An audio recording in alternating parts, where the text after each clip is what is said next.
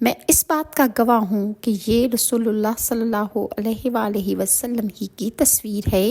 ہم سب گواہی دیتے ہیں کہ تمہارے نبی یہی ہیں، اور جو شخص ان کے پاؤں کے پاس ہے یہ ان کے بعد خلیفہ بنیں گے۔ یہ یہودیوں کا بیان تھا، اور انہیں یہ ساری خبریں ان کے نبی کی کتاب میں مل چکی تھیں۔ اسے تاریخ کبیر الامام بخاری نے بھی اس کو لکھا ہے۔ اور اسی طرح حضرت سیدنا عبداللہ بن عباس فرماتے ہیں کہ ستی غسانی ایک ایسا کاہن تھا، ایک ایسا جادوگر تھا کہ جس کا اپنی تمام اولاد میں مثل نہیں ملتی تھی۔ اس کے بدن میں سوائے سر کی کھوپڑی اور ہاتھ کی ہتھیلی کے اور کوئی ہڈی اور پٹھے موجود نہ تھے، اور اس کی زبان کے سوا کوئی عضو اس کا متحرک نہ تھا۔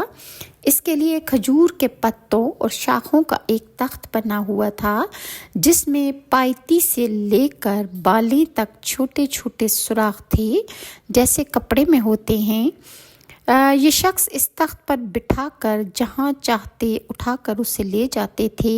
ایک دفعہ اسے مکہ معظمہ لائے تو قریش میں سے 4 آدمی تحفے لے کر اسے دیکھنے کے لیے گئے۔ انہوں نے تحائف کو اور اپنے حسب و نسب کو اس سے پوشیدہ رکھا اور کسی ہیلے بہانے سے اپنی نسبت ظاہر کر دی۔ تو اس شخص نے کہا، تم اس قبیلے سے تعلق نہیں رکھتے، بلکہ تمہارا تعلق تو قبیلہ قریش سے ہے۔ انہوں نے اپنے تحائف اس کے سامنے جب پیش کیے اور اس سے مستقبل کی باتیں پوچھنے لگے تو اس نے بہت سی باتیں بتائیں، اور آخری بات جو اس نے در مکہ کے بارے میں اس نے بیان کی، اس نے کہا کہ عبد مناف میں سے ایک ایسا نوجوان پیدا ہوگا جو نہ خود پڑھا لکھا ہوگا۔ اس کے پیدا ہوتے ہی بتوں کو سرنگوں کر کے وہ اللہ واحد کی عبادت کرے گا۔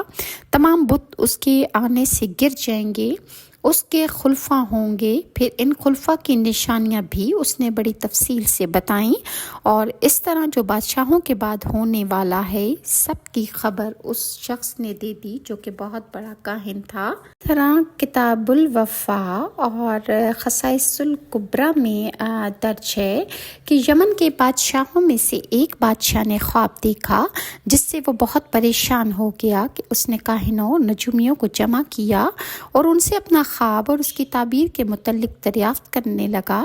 کاہنوں نے بادشاہ سے کہا کہ تم اپنا خواب بیان کرو تاکہ ہم اس کی تعبیر بیان کر سکیں۔ تو بادشاہ نے کہا کہ میں چاہتا ہوں کہ تم خود ہی میرا خواب بیان